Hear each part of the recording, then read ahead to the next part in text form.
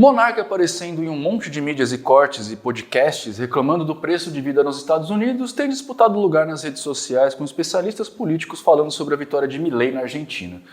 Ambas as figuras que citei têm uma importância muito interessante no cenário social e têm coisas em comum também, que fizeram com que eu colocasse os dois ao mesmo tempo nesse vídeo e que a gente vai discutir mais à frente, para entendermos o porquê do título.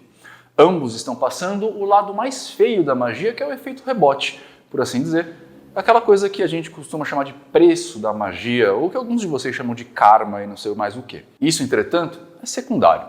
O que importa para a gente falar é que sim, ambos foram pegos pela magia e esse assunto pode nos dar valiosas dicas sobre como viver nossas vidas sem cair nessa armadilha, ou pelo menos tentando levar a armadilha numa boa.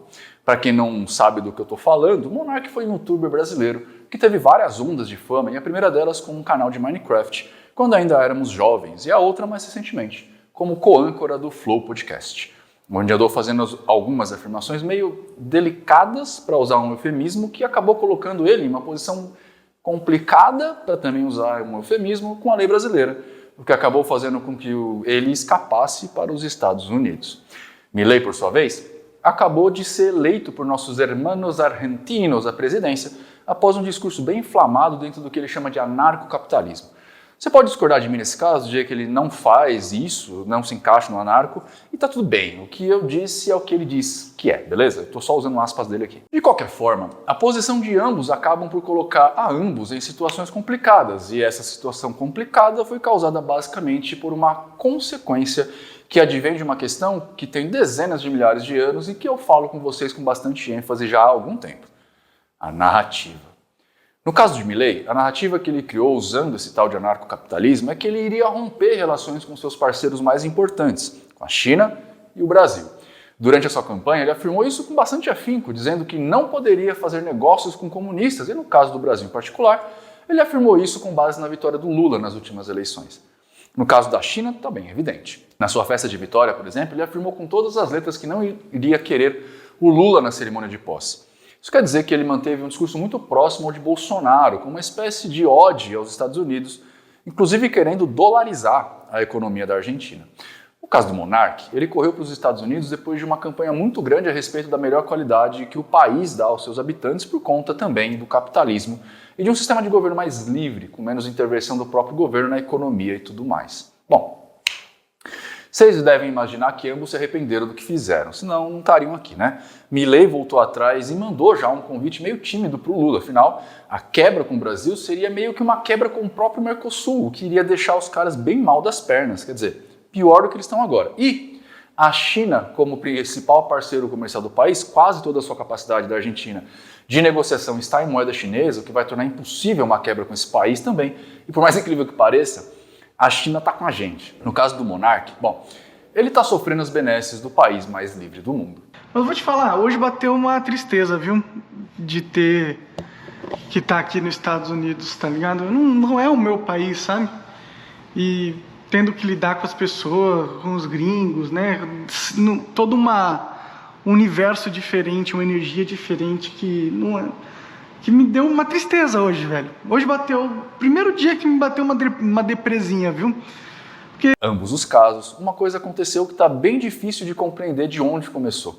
É o típico caso do biscoito, é fresquinho porque vende mais ou vende mais porque é fresquinho. Ou seja, eu não sei se eles criaram uma narrativa e se perderam nela, ou se estavam perdidos e por isso criaram a narrativa. Mas de qualquer forma, em ambos os momentos, ambos estavam perdidos na história que contaram pra gente.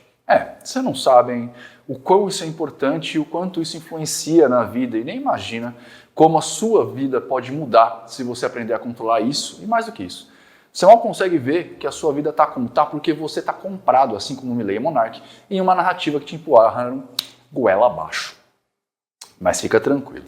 É sobre isso que a gente vai falar hoje e você vai poder depois ver se eu estou falando groselha ou não. Beleza? De qualquer forma, seja muito bem-vinda, bem-vinde. Meu nome é Nino Denani, sou mago hermetista especializado em educação mágica, pós-graduado em neuropsicologia e quero convidar você a ouvir mais uma história sobre as artes mágicas.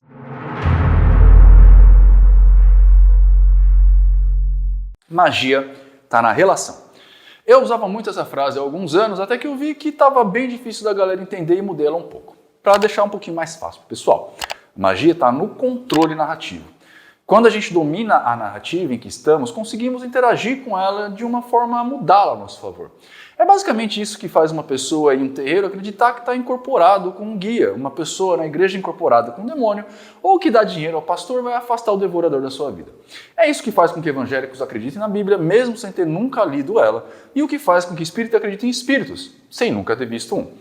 Também é o que faz você desistir de uma ideia porque se acha incapaz de fazer ou preferir acreditar que Deus tem um plano para a sua vida no lugar de pegar a sua vida para si e criar você mesmo um plano. A narrativa de um país livre de amarras de um governo corrupto é o que fez pessoas votarem no cara como Milei. Assim como a narrativa de que tudo que vem dos Estados Unidos é bom fez o monarca fugir para lá, assim que começou a sofrer várias sanções legais aqui. Até aqui tudo bem, né? Cada um segue a história que mais faz sentido para si. O problema é, quando você deixa de dominar a história e a história começa a dominar você, num processo que eu costumo chamar de psicose mística ou ainda de se levar muito a sério.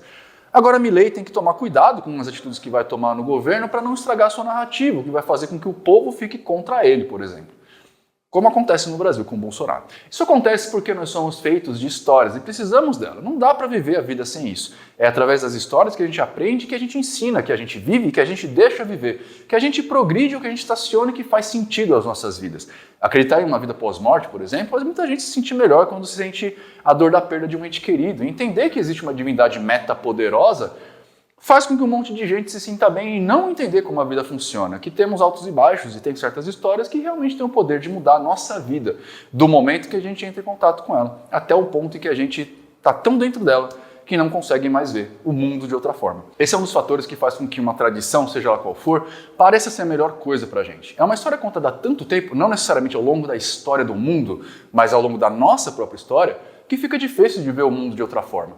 É a perda dessa história que dá o sentimento de abandono que eu disse que senti em um podcast quando me perguntaram como foi o processo de ateísmo. Vê aí. Você não, como você disse, não foi ateu e cético a vida inteira, né? Sim. E no começo, para fazer essa transição, deu muito BO no sentido interno, que eu digo? Deu. Tipo, Quando eu me tornei ateu. quando você se tornou ateu, sim. Deu uma sensação de abandono, né? Uhum. Dá uma sensação... Culpa? Não, culpa não, abandono. Uhum. Sabe por quê? Porque é muito legal você ter alguém em quem pôr a culpa. Uhum. Quando a sua vida não dá certo, quando você faz alguma merda, alguma coisa assim, é muito legal ter alguém em quem pôr a culpa, porque isso facilita muito o processo de luto, né? E aí, quando eu saí, que eu falei, putz... No começo foi assim, foi uma conversa ruim que eu tive comigo ali. Só que tem uma coisa que é assim, eu sou muito arrogante. Se eu tenho uma qualidade, é arrogância. Eu sou tão arrogante que eu sou arrogante frente à minha arrogância, sabe? É um processo reconhecido por todos na internet, inclusive. E quando eu cheguei nesse processo de falar, cara, eu não tenho quem pôr a culpa, eu falei, poxa, peraí, se eu não tenho quem pôr a culpa, então a culpa é minha. Se a culpa é minha, então é só eu não fazer merda. E aí eu comecei a entender que, na verdade, a culpa ser minha é um processo de liberdade. Porque como a culpa é minha, eu faço o que eu quero. Entende? Não tem ninguém para me castigar no pós-vida. Não tem ninguém para puxar meu tapete. Eu não vou pro inferno. Porque o inferno não existe. O inferno, se existir, é agora. Então, o que eu tenho que fazer? Eu tenho que fazer as coisas que eu preciso fazer para ter uma boa vida. Eu não senti necessariamente o abandono por não ter mais Deus na vida. Senti o abandono de não ter mais essa história que, apesar de não fazer sentido algum para a realidade, fazia para manter os dados da minha vida explicáveis. Era uma explicação ruim? Sim. Mas para a gente entender isso, a gente precisa de muita coisa, sinceramente. Essas coisas não são tão importantes assim. Eu sei que parece estranho eu falar isso. Eu sei que parece. Mas pensa bem, quantas pessoas teístas seguem suas vidas de boa sem precisar em nenhum momento se perguntar sobre isso? É isso que eu levo em conta quando eu digo que não são tão importantes assim. Como Deus não existe, não faz diferença você acreditar nele ou não. Porque se ele existisse, faria diferença, imagino eu. Principalmente se estiver falando de uma divindade que tem poder sobre a sua vida inteira, né? Eu não acreditar nesse Deus cristão, por exemplo, me condenaria ao inferno, mas até agora, minha vida segue numa boa. Assim como não acreditar em Exu e fazer tudo que os umbandistas dizem ser uma falta grave, também me levaria para alguma coisa. Afinal, quando eu saí do terreiro de Umbanda, não fiz nenhuma desobrigação, não tirei nenhuma firmeza, nenhum assentamento, mas ainda assim estou aqui. Nem as guias, os colares de contas lá, eu arrebentei ou desobriguei, eu só peguei, joguei no lixo. Isso porque eu já sabia dessa situação da narrativa na época, porque eu já estudava magia quando isso aconteceu. Até tentaram me assustar, ou melhor, tentaram me manter na narrativa, mas já era inútil. Eu já controlava a minha própria história, pelo menos essa parte da minha história, e sair daí foi só um ato de sair mesmo. É aqui que está todo o problema. O quanto você está preso em uma narrativa? E o quanto você é consciente disso? Não há formas de não estarmos em uma, obviamente. O próprio Nino Denani, que vocês conhecem aqui, nada mais é do que uma das minhas narrativas de vida, a que eu criei para vocês. A mudança para essa nova narrativa, aliás, é o que faz com que meu público do canal desse uma caída nos últimos meses. Eu mudei a narrativa para uma coisa mais adulta, menos infantil, mais séria, racional, menos emotiva. E isso fez com que muitas pessoas que estavam aqui se afastassem, outro tipo de pessoas chegassem mais próximas do que eu tenho falado. O que amadureceu o meu público, claro, e deixou muita gente com raiva porque eu saí, em definitivo, das narrativas mais fantasiosas que todo mundo gosta, que Freud vai chamar de retorno à infância do adulto. Porque as histórias míticas que vocês tanto gostam não são tão diferentes das histórias infantis. Sempre tem um vilão, que é a encarnação do vilão, o mocinho, que é a encarnação do mocinho, um ancião, que é a encarnação da sabedoria, e uma vida que trará frutos se você cruzar o portal. E você pode se sentir protegido pelo mocinho e pelo ancião do vilão da história. Nesse aspecto, um caboclo não é tão diferente de Jesus, ou um alienígena que comanda uma frota estelar que está parada próxima à Terra, mas ninguém vê, a não ser alguns poucos indivíduos especiais e, ora, parece que você é um deles, né? O problema aqui é que cada um tem sua história preferida, e assim como acontece com as crianças, a história diferente não agrada. As crianças viram as costas e brincam com crianças que têm histórias parecidas formando os grupinhos.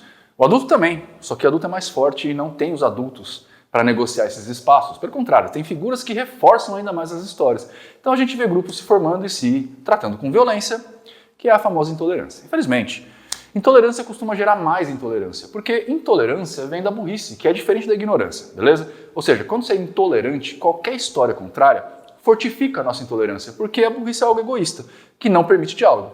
Burrice é quando a gente não sabe que não sabe, e por conta disso a gente bloqueia quaisquer situações opostas a nós, tá? Quer um exemplo de como a compra e venda de narrativa funciona? Tem um certo grupo na internet que tá louco para pegar minha cabeça. Já pediram ela várias vezes e, claro, são grupos religiosos. A última que eu fiquei sabendo deles é que eles estão tentando espalhar a notícia de que eu fui expulso da ordem. Faz um tempo que eu não falo nem posto nada de lá, então automaticamente eles decidiram, foi expulso. Sabe o que aconteceu na verdade? Vou te contar. O círculo de mestres percebeu que minha posição pública estava atrapalhando o andamento interno da ordem, porque as pessoas queriam fazer parte da ordem para serem amigas do Nino, e não para aprenderem magia. Só que eu pouco participo dos círculos mais baixos, porque eu sou grão-mestre, então eu estou mais recluso aos círculos de mestres. E hoje, para ser bem sincero com vocês, sou meio que um conselheiro da ordem, posto que a gente chama internamente de mestre do Oriente. Isso causava uma quebra de expectativa nas pessoas que não era legal. Então a gente decidiu, em conjunto, afastar a figura do Nino da figura da ordem, para que a ordem seguisse como ordem, não como a ordem do Nino. Isso é interessante para jogar público na internet? Claro que não. Principalmente porque dá pra mim uma imagem diferente daquela que eles esperam de mim, porque eu falo contra a história deles. Quer dizer, não falo contra a história de ninguém, mas tento trazer a galera pro real. E quando eu comecei a ter um discurso, criar uma narrativa contra o peso que uma religião dá de alguém, os religiosos ficaram bravos e a narrativa foi expulso da ordem, daria uma espécie de peso às suas palavras vazias. O Nino é um fracasso, até a ordem que ele fazia parte expulsou ele. Mas é exatamente o contrário disso. A ordem percebeu a importância do Nino no cenário e precisou desgrudar a sua imagem da ordem para não criar confusão entre os iniciados. Não, se ficou alguma dúvida ainda não fui expulso da ordem.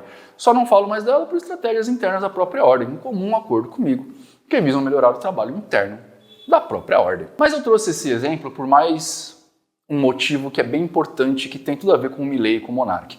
As pessoas costumam se perder nas próprias narrativas com bastante frequência.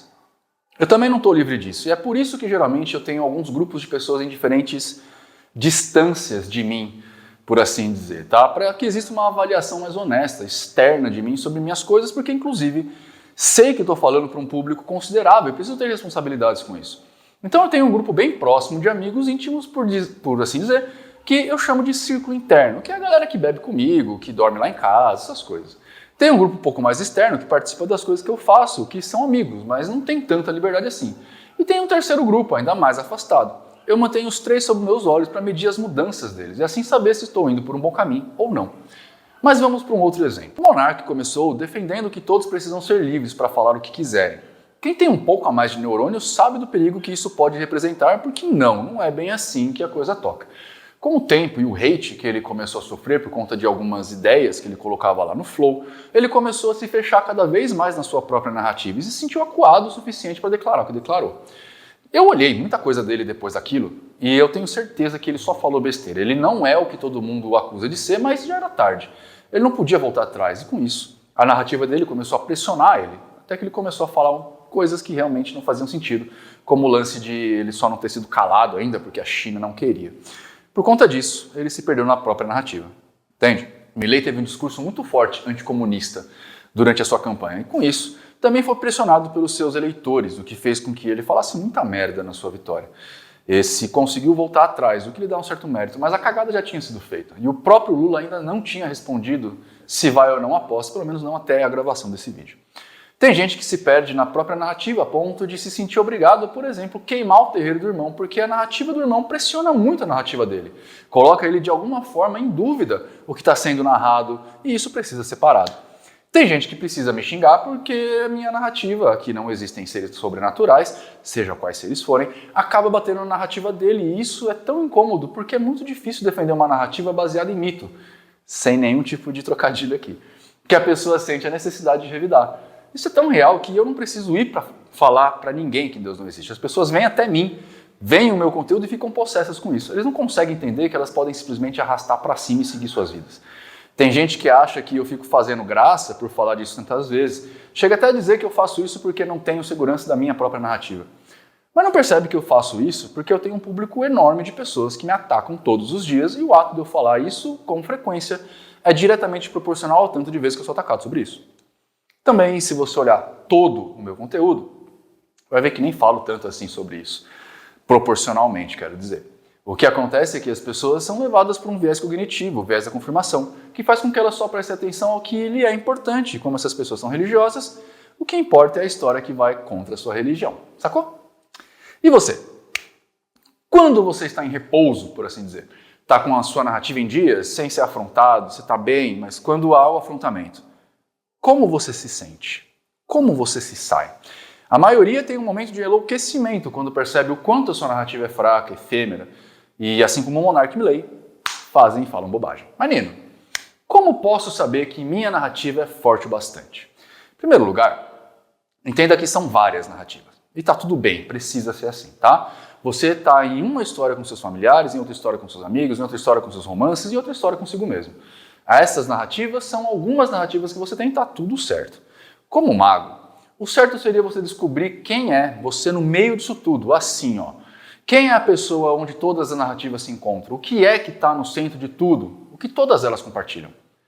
Esse é você de verdade. E aqui você encontra a sua verdadeira vontade, por exemplo.